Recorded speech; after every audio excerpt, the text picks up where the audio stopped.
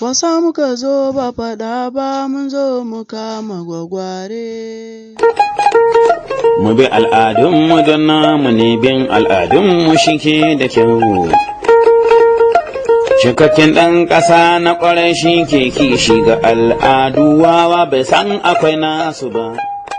Mai sauraro Assalamu alaikum, barkanmu da warhaka, barkanmu da kasancewa a cikin shiri na musamman da zai duba akan al'adar tashe a ƙasar Hausa, tare da ni Kabir Abubakar Sheshe. Al'adar wasan tashe a ƙasar Hausa wa Asure a jamhuriyar Nijar na ɗaya daga cikin jerin al'adun ƙasashen Hausa da ake so gudanarwa a kwanaki 10 farko na watan azumin Ramadana. An fara wasan tashe a ƙasar Hausa ne bayan zuwan addinin Musulunci.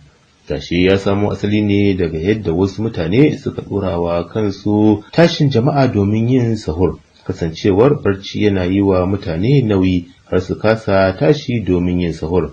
Hakan ta sa nau'in wasu mutane da suka hada da almajirai da waɗanda kuma a lokacin ake ba su sadakar abinci suka dinga tayar da mutane don su yi sahur. Daga nan kuma sai maroƙa su ma suka dinga yin tashe zuwa gidajen manyan mutane don samun kyaututtuka. Su kuma yara tunda ba sa iya tashi da asuba sai suka dinga yin tashinsu da daddare bayan an sha ruwa. To ga tattaunawar mu da Dr. Kamilu Bashir Mukutar Rangaza na sashen koyar da Hausa kwalejin shari'a da addinin musulunci ta Malam Aminu Kano Legal. To wasan tashe a wasa ne wanda ya samo asali bayan zuwan addinin musulunci kasar Hausa. Bayan Hausawa sun karba addinin musulunci, kuma mun sani cewa daga cikin manyan shika-shikan addinin musulunci guda 5 akwai yin azumi. To yin azumin nan akwai waɗansu sharaɗa da suka nuna cewa akwai buƙatar a yi sahur, akwai kuma buƙatar a yi buɗe baki. To a ƙoƙarin yin wannan sahur ɗin shine ake amfani da kusan aka fara wasan tashe ko kuma ake yin tashe wato daga tashi kenan a tashi mutane cikin dare kafin alfijir ya keto a zo a yi a ci abinci domin ya zama an yi sahur. A bisa asali maroƙa ne da almajirai da samari majiya ƙarfi su suke zagayawa, akwai waɗanda suka ɗauka wa kansu wannan nauyin cewa za su taimaka su tashi mutane domin su tashi su yi sahur su samu lada na ubangiji. Wani lokacin kuma su almajirai akan ba su sadaka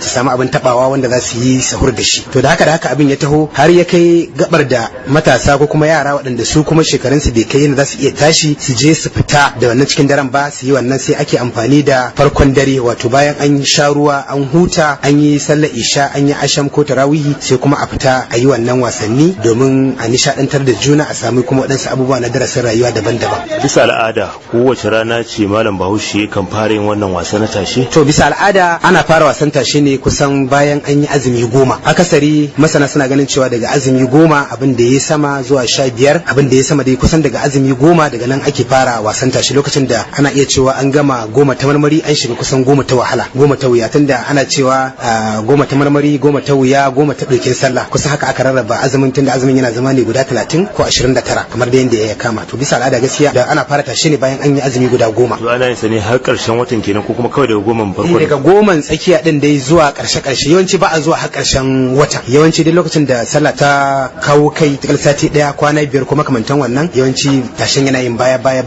Wasu na iya kaiwa har zuwa ƙarshen wata, amma dai akasari idan aka sukwane wannan kusan daga 10 ta tsakiya din zuwa farkon 10 ta ƙarshe, yawanci ana saurarawa ana dakatawa da yin wannan wasan tashi. Ko tashe na da wasu kashe-kashe? Tashe kusan ya rabu, za iya cewa ya rabu kusan gida 2 ko gida 3. Akwai tashen maza, akwai tashen mata, akwai kuma tashe na haɗaka wanda maza suna iya yi mata kuma suna iya yi. Na ko za mu san nau'i irin na wasannin tashe ko kaɗan daga cikin ire-iren wasannin tashen da aka yi? To ire-iren wasannin tashe da aka yi, misali idan muka ɗauki na maza, akwai misali wasan zan buge, akwai misali kayi rawa kai malam kayi rawa, akwai misali kamar jato mai magani da dai makamantansu. Idan muka ɗauki kuma na mata, akwai misali wasan a sha ruwa, akwai ga maira maga daudu, akwai wasan ragadada, akwai wasan mai ciki da dai makamantansu. Kuma kowanne in aka ɗauka za a ga akwai wani darasi, akwai wani ilimi, akwai wata manufa, akwai wani dalili da yasa aka yi wannan wasa, kuma akwai wani sako da ake aikawa zuwa ga masu sauraro ko kuma zuwa ga masu kallo, domin shi ana yin sa ne a aikace lokacin da mutane suke kallo suke ganin da yadda ake. To dangane da al'adar wasan tashe a da kuma yanzu, ci gaba ne ko dakushewa? To za iya cewa ci gaba ne, za kuma iya cewa dakushewa ne. domin yadda aka ɗauki wasannin yanzu duk da dai yanzu zamani ya yi tasiri, akwai wasannin da a da ba a san su ba yanzu kuma aka same su, to wannan ba shine ba. In dai har an samu mizanin da ake iya ɗora su hau abubuwan da ake bukata, to an samu. To matsalar kawai da ake samu yanzu akasari ana samun kuma waɗansu ɓata gari suna amfani da wannan damar, ya zama sun sassari mutane, sun yi wa mutane sace-sace, sun yi wa mutane waɗansu abubuwa na ba daidai ba, waɗanda a ƙa'idar wasan ba haka abin yake ba. A ƙa'ida ana yi ne a nishaɗantar, a koyar, a tashi mutane, a zaburar da mutane akan su tashi su yi ibadu da dai makamantan waɗannan abubuwa, cewa a wannan watan ga abin da ake yi. To ina kira ga a wannan gaba da cewa da Allah da Annabi matasanmu da kuma waɗanda suke wannan abubuwa su yi kokari su ga sun hau kan wancan gwadabi na da ake amfani da shi, ya zama an yi abin da ya kamata, sabanin abubuwan da za su zo su kauce ka'ida, wanda wannan ne yasa har jami'an tsaro ma suke amfani da wannan dama, ya zama suna harhanawa, domin yawanci in suka bari aka yi ana yin abubuwan da ba su kenan ba, a yi mutane ta'adi, a sassari mutane, a yanki mutane, a yi mutane sace-sace, a yi sata, a yi abubuwa daban-daban waɗanda gaskiyar magana idan ba a ankarar ba zai zama wannan ɗin. To idan muka ɗauki wannan gaskiyar magana asali ba al'ada ce ta Hausawa ba, kamata yi al'adar nan ta Hausawa a koma kanta, a yi amfani da ita, a yi abubuwan da ya kamata, a yi 'yan wasa lafiya, 'yan kallo lafiya. Daga ƙarshe ban san kiran darakta zai ba dangane da masu wa kallon al'adar kallo ta bangaren hagu, kamar suna ganin wata ne na azumi, ya kamata a ci an shigalta da ibada da bauta, kuma ɗauko wani kamar suna kallon wasanni an zo an sa kaɗa shi na al'ada a cikin wannan watan azumi, da cewa ibada ita ma ba a raba ba haushe addinin sa al'adarsa. To ko wasannin da ake yi duk mun sani, da ni da kai da mu da gaba gari mun sani, yawanci wasannin da ake yi ba wasanni ne waɗanda suka kauce ka'ida ba, ba waɗansu maganganu ake yi waɗanda suka shafi batsa ko ashariya ko makamantan waɗannan abubuwan ba. Hasali ma da muka magana cewa asali ma wasan tashen ya samo asali ne daga tashi a yi sahur, kenan jigon sama da ya taso kenan wani abu ne na umarni, da domin Annabi sallallahu alaihi wasallam ya gaya mana cewa a yi kokari a yi sahur, domin sahur yana daga cikin abin da ake buƙatar mai azumi ko da ruwa ne ya samu ya sha, da dai ba fige na bane ba, amma dai ana buƙatar mai azumi ya zama yayi sahur. To an samo asalin wasan tashin nema daga irin wannan abubuwan, saboda haka bai kamata a ce mutane su rika kallon cewa abubuwan da ake yi an shigo da wasa ko makamantan waɗannan abubuwan ba, domin wasan da ake yi ba wasa ne wanda ya kauce ka'ida ba, kuma akasari al'adun Hausawa ma akasarin su dama ba su ci karo da addini ba. Shi yasa ma tun kafin addinin musulunci shigo kasar Hausa, al'adun Hausawa da yawan su al'adu ne masu kyau. Shi yasa ma da addinin ya shigo kasar Hausa ba su sha wahala ba suka kaɗe shi. Misali, zan buga misali da kawai wani abu guda ɗaya. Tun asali kafin zuwan addinin musulunci, Bahaushe ya yarda cewa 'yan mata ko mata su yi wasansu daban, maza ma su yi wasansu daban. Tun a lokacin addinin musulunci bai zo ba, har ma ake yin wata waka sai ake cewa mai wasa da maza karya. Duk matar da ta zama ko duk yarinya da ta zama tana shiga cikin maza samari tana yin wasa sai ake ce mata karya, wanda wannan kamar batanci ne, kamar hannunka mai sanda ake mata cewa mata su tsaya su yi wasan su iya su mata, haka maza ma su tsaya su yi wasan su iya su maza.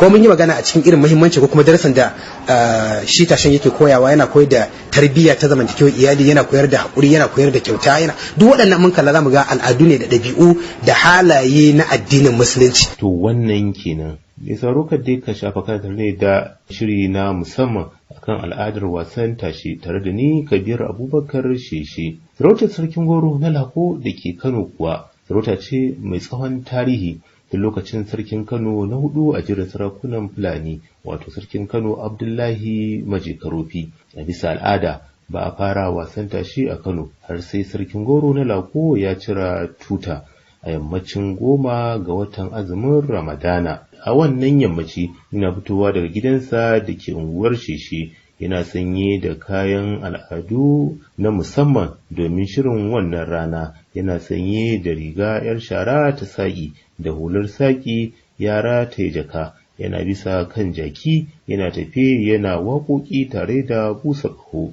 Su ma sauran mabiyansa, wasu na amshi, wasu na doka tandu, wasu na doka kuge, wasu kuma na doka garwa. Wani ƙato kuwa daga cikinsu yana saɓe da karkiyar kamun gwauro, sai a ɗunguma sai kwanar goda zuwa gangaren bakin kasuwar kurmi 'yan tukurwa. a inda sarkin tashe na Lako zai ciri tuta. To ga tattaunawarmu da sarkin goron Kano Auwalu Sani na Lako domin jin ko tun wani lokaci ne aka fara wannan sarauta ta na Lako da ma wasu batutuwan. Tun lokacin sarkin Kano Maje Karofi aka dawo da ita sarautar na Lako sarkin goro, shi Maro Karofi ya ɗauko wanda ake shugaban 'yan tashe ya masa sarautar sarkin gaurayen Kano. To kai amma yanzu ba goron bane gogo.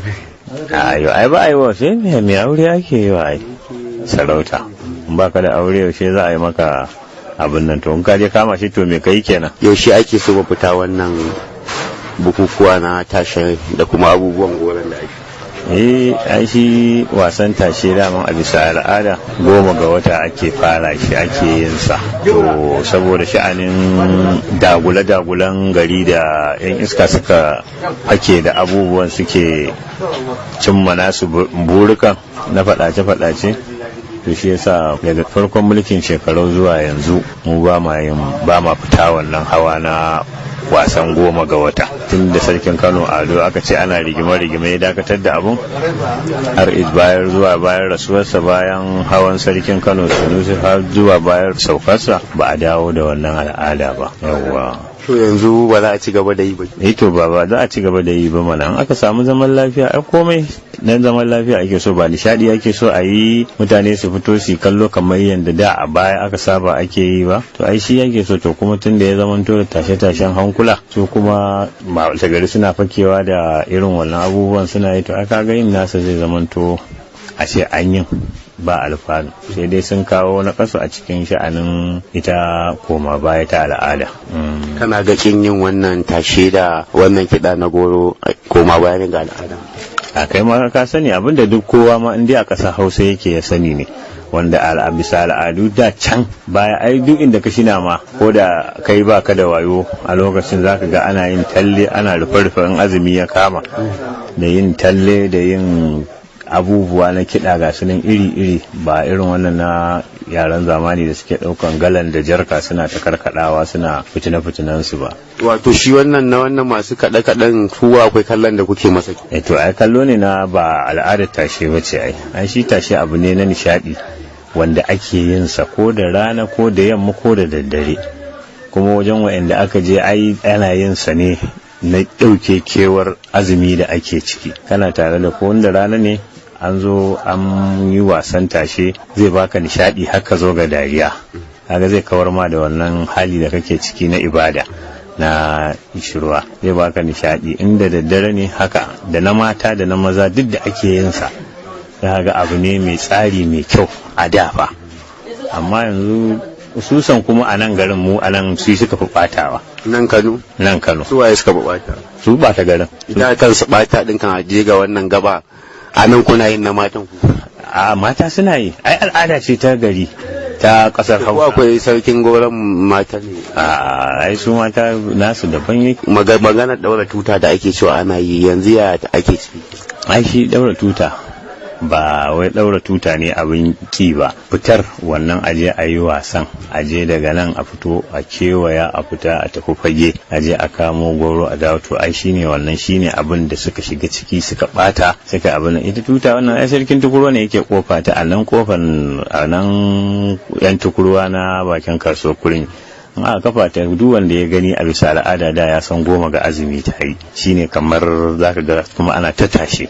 To shi kuma wannan hawa da ake yowa daga ainihin wannan gida na Lako a fito ta kwanar goda a dawo nan cindin kasuwar kurmi a ciri tutar a tafi ta makwarari ta sauran dinki a je kofar gidan sarki a kai cappa a yi mafaya'a dan a sanar da sarki cewar azumi ya yi 10. Daga nan a sake hawa a tafi ta kofar mata ta fage gidan ma'ahad gidan laraba nan.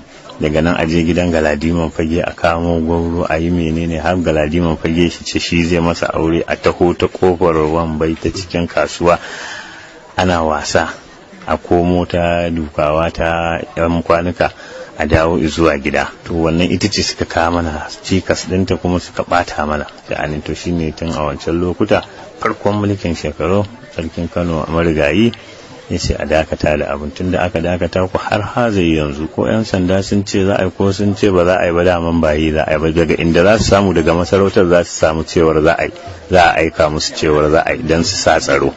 da kotun ba a aika musu ba, kaga bayi za a yi. To ku da kuke ganin abin ko ba baya ne, ku bibi masarautar mana ko ku yi mata kaimi? To ai har yanzu kai kanka yanzu tun kan azumin nan ake ta faɗace da 'yan daba. To ka gani su kansu jami'an tsaron ai sun san in gari lafiya yake sun fi kowa sani, in gari ba lafiya yake ba sun fi kowa sani. To kai a matsayinka na sarki ya kake ji wannan mataki ai su za su ɗau mataki na. A wai hana wannan tun lokacin shekaran kai ya kake ji misali? A to mi me nake ji ko illa daman dai tunda sun kusa sun mai da al'adar baya. To mu baya ga wannan ai naga kamar farin jini da a zo a ganka da kuma dan alheri da ake samu, ya ka kalli wannan? To kuma me za ka yi da abin da Allah ya saukar? Ai sai dai hakuri. Yawwa. Inda na ga gida na sarauta irin wannan ana abin bajinta wanda wani abin ma da za a baka ya fi kuɗi. Da yanzu ba wannan din yanzu wannan ba zai samu ba. Dai man shi wannan al'ada ta mu ai daman a ƙarƙashin masarautar take, kuma ita abin da masarauta take ai ba fasa yi za ta yi ba na bisa al'adarta. Abin da take yi ai ba fasa yi. Ihsanin ana kira a yi da ba a tashi. Kwarai da gaske kuwa ita za ta sa a yi kuma ita ta hana a yi kuma ita za ta bada abin da yake akwai. Kwarai da gaske. To yanzu akwai kira da ake da shi a ƙarshe. A ƙarshe kira da muke da shi mu ga kawai addu'a ga mutanen gari su yi har Allah ya bamu lafiya da zaman lafiya, da kuma su jami'an tsaro su sa ido akan wanda suka ga shi ba tashe ne ai abin nan ba, abin sa ido akai. A sa ido a ga ai akwai wanda su daman daga kagansu kai ka san masu tashen fitina ne.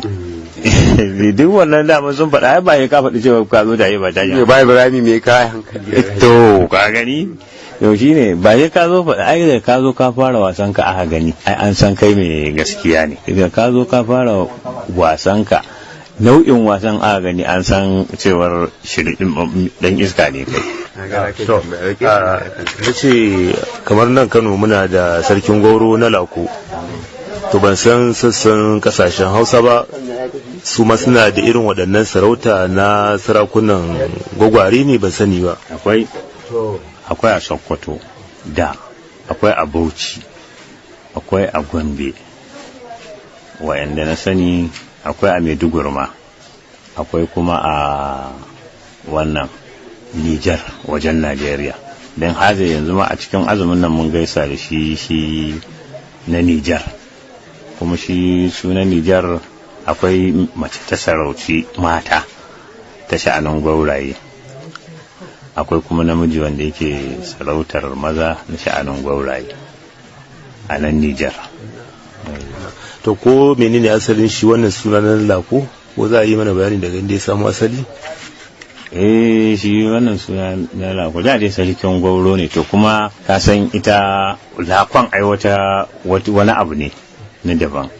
Shi Lakon akwai baiwa a gidan sarki wanda sunanta kenan, wanda ita tun lokacin sarkin Kano Maje Karofi akwai wasanni da yawa, ko wasannin da ake yi ba wani wasa da yake burge ta yake kayatar da ita illa zuwan a ce sarkin Gwauro ya zo. To ita ce Lakon, to wannan shine suke danganta ta da sarkin Gwauro, shine aka ce sarkin Gwauro sai a ce na Lako, saboda ita Lakon mace ce, baiwa ce kuma a gidan sarki.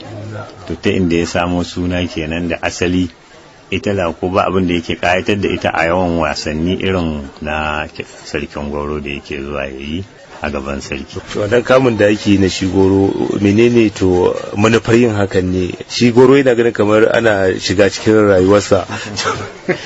Ba shiga cikin, daman shi aidin da aka ce ma ga Gwauro ai daman baya rabo da abokan wasa, kuma shi Gwauro ai ba wai tuzuru wanda bai taba aure shine Gwauro ba, a wanda ya aure ya shika ya san mace shine Gwauro. Yau kuma daman shi ake wasa a kansa. Yawwa, amma ba wanda bai taba aure ba ai ba za a yi kiransa Gwauro ba, shi tuzuru ake kiransa, amma wanda ya aure ya shika shine ake masa wasa da ke kamo shi a zo a sa masa ita wannan karkiya mai kuli-kuli da carbon kuli-kuli a jikinta da sulu da yi su koko. Yawwa, ana nufin sai ya ci wannan shekararren kuli-kulin ba. Kuma yana ci din? don ko kuna da shi shikenan sai ku kawo shi sai a zo gidan rediyon naku a yi. To muna godiya. Daga karshe dangane da irin tsarin wuraren da ake bi bayan fita farko da aka ranar 10 ga wata, an je an cire tuta, an kewaya, an shiga fage, an dawo. To bayan wannan shi kenan an gama fita ko kuma har ƙarshen watan yayi akwai wuraren da ake zuwa? Shi wannan ai shi daman shine abin nan, akwai gurare da ake nufi ake zuwa ziyara na barka da shan ruwa. Akwai manyan gidaje na malaman garin nan, akwai na attajirai, akwai kuma daman na sarakai. Daman su sarakai da yake abin nasu ne kullum da gidan da hakimin da ra'aji. Shi kuma gidan sarki ba a zuwansa sai kamar in an yi sauka karatu, kamar an yi sauka saba'a, to ranar jajiberan tsamiya shine ake zuwa sarki barka da shan ruwa, ranar da azumi yake 28. Su ma yara manyan gobe ba bar su a baya ba a sassa daban-daban na kasar Hausa wurin gudanar da wasannin tashe iri-iri, kamar irin su zan bige karka bige da barambaji da ɗan bera mai shiga rami da danda dokin itace da tashuwali da kayi rawa kai malam kayi rawa da tsoho da gemu da naci na kasa tashi da ɗan dukununu da mai kiriniya da kuda ɗan hatsi da ba mu kuɗinmu da goro ya tsinke da kai ni da zan tafi da macukule da jato mai magani da zuciyar mai tsumma da a sha ruwa a sha ruwa lafiya da dai sauran nau'in wasannin tashe iri-iri. Ga kaɗan daga cikin irin waɗannan wasannin tashe. Allah ya kawo shi ta kawo tashe muka zo ba tashin hankali ba. Roba ka musulunta na musulunta. Roba ka musulunta na musulunta. Babar sa tabbulo na gaji da gidan haya gidan kai na zan gina. Me kiriniya wa ya sa ka ne baba. Iya kin garumbu yana tafiyan mutane. Kin garumbu yana tafiyan mutane. Baba na mata rubeni na sirinci na allo ina. Baba kuna mata rubeni na sirinci na allo ina kai. Karfa mai Madina ya amfana, matan gidan nan gobe yan aljanna ne, babba da yaro har da ɗan jariri ne. Daga ƙarshe, Dr. Kamilu Bashir Mukutar Rangaza na sashen koyar da harshen Hausa na kwalejin Shari'a da Addinin Musulunci ta Malam Aminu Kano Legal ya bayyana irin darussa da za a iya ɗauka a cikin wasan tashe. Domin yana koyi darussa daban-daban da sauransu. Misali, idan muka ɗauki wasan tashe yana kawo raha da nishaɗi. Yawanci idan an yi azumi an sha ruwa ko kuma lokacin da ake azumi, yawanci akasari ana samun mutane da zafin rai da makamantan waɗannan abubuwa. Domin idan ba kai zuciya nesa ba zai zama ana jin haushin juna, ana makamantan wannan saboda ana jin kishirwa, ana jin yunwa da makamantan wannan. To bayan an sha ruwa an huta, wannan yana ɗaya daga cikin abin da yake kawo nishaɗi da raha, wanda a dan cirewa mutane wannan abin da suke ganin kamar cewa ya dan sun dan samu soso zuciya da makamantansu. Ɗaya kenan. Sannan mun kalli bayan wannan wasan tashe sau da dama yana kawo haƙuri, yana koya haƙuri, domin akwai wasan da zaka gani cewa wasu abubuwan da ake yi, misali a ɗauki mai kiriniya ko wasan zan bige, zaka ga yaro yana kokarin yayi wani abu wanda ya kauce ka'ida, amma kai da za a yi wa wata kana gidanka ko an ɗauki wani abu naka ana neman a masa ta'adi ko a shagonka ko a kanti, amma sai ya zama cewa ka yi haƙuri domin ka san wannan abun ba da gaske bane ba, wasa ake yi, ka yi haƙuri ka daure wannan abun, wata har ma ka ɗauki wani abu ka basu.